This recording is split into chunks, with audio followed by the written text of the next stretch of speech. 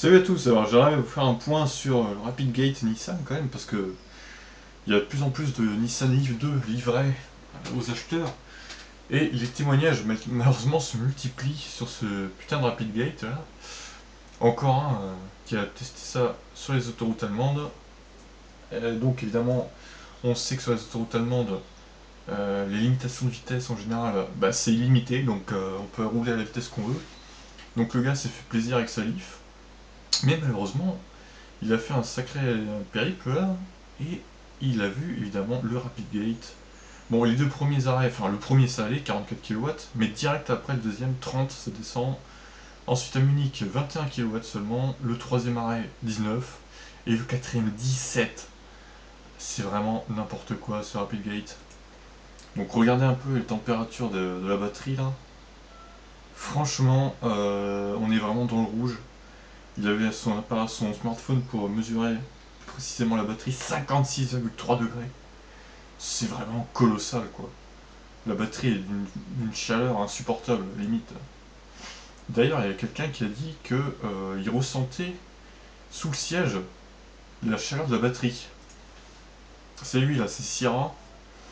Donc là, évidemment, je suis toujours sur le forum Automobile Propre, hein, parce que c'est vraiment là que les témoignages se multiplient, pour les Français en tout cas, mais il y a plein de vidéos YouTube qui tournent, il y a des Allemands, des Anglais qui ont les problèmes aussi.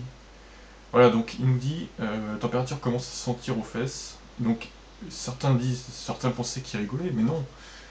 Il était très sérieux. Apparemment, il ressent la chaleur de la batterie en étant assis sur le siège du conducteur. C'est vraiment inquiétant, quoi.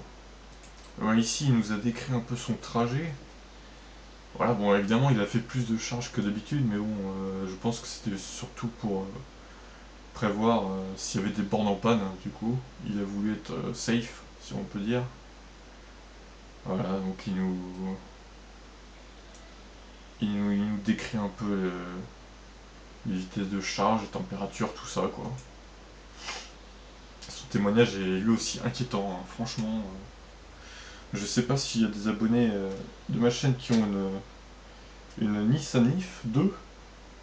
Ça serait bien qu'ils se manifestent en tout cas, parce que pour voir un peu s'ils ont des problèmes ou pas. Après, je dis pas que tout le monde a des problèmes non plus, mais franchement, il y a les trois quarts qui ont des problèmes là, quand ils font des charges rapides avec, quoi. Bon, évidemment, si vous n'avez pas besoin de faire de charge rapide, si vous avez besoin de faire moins de 200 km par jour, ou maxi 250 vraiment, il n'y a pas besoin de charge rapide du coup. Et là, vous n'aurez pas de souci avec la Leaf. C'est sûrement une très bonne voiture, je dis pas le contraire, mais franchement, ce problème de batterie là, c'est vraiment. C'est pas digne de Nissan en fait. C'est pas digne d'une marque comme Nissan. À un moment donné, c'est quand même Renault-Nissan, c'est un des groupes les plus puissants, un des constructeurs les plus puissants du monde.